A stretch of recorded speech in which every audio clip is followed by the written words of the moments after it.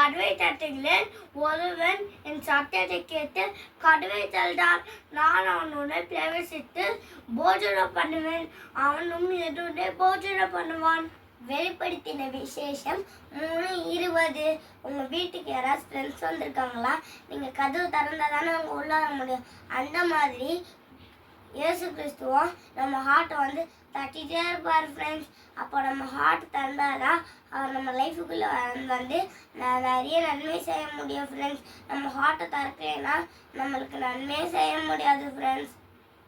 நான் எப்படி ஹார்ட்டோட கதவை திறக்க முடியும்? எப்படி ஹார்ட்டோட கதவை திறக்க முடியும்னா, நம்ம இயேசு கிறிஸ்து தான் உண்மையான காரணம் விசுவாசிச்சோன்னா நம்ம ஹார்ட் திறக்கலாம். அப்புறம் நம்ம லைஃப்குள்ள வந்து நன்மையை செய்வார்.